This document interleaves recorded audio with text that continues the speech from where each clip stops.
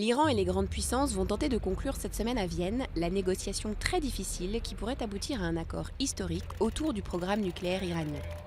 Le pays est soupçonné de vouloir se doter de la bombe atomique sous couvert d'un programme nucléaire civil, ce que l'Iran dément farouchement. Dans la nature, l'uranium est composé à 99,3% d'uranium-238 et à 0,7% d'uranium-235 utilisés pour produire de l'énergie nucléaire. Pour accroître le pourcentage d'uranium-235, il faut l'enrichir à l'aide de centrifugeuses. Les rotations de celle-ci le séparent de l'uranium-238, plus lourd, et le réinjectent dans la centrifugeuse suivante. Un grand nombre de centrifugeuses est donc nécessaire pour obtenir une quantité importante d'uranium-235. Pour produire du combustible pour les centrales civiles, de l'uranium-235 enrichi à 5% suffit. Pour fabriquer une bombe atomique, il doit être enrichi à 90%. Ces centrifugeuses en service dans les installations iraniennes sont au cœur du débat, car c'est le nombre et le type de ces machines qui permettent le mieux de déterminer le temps qu'il faudrait à l'Iran pour se doter de la bombe.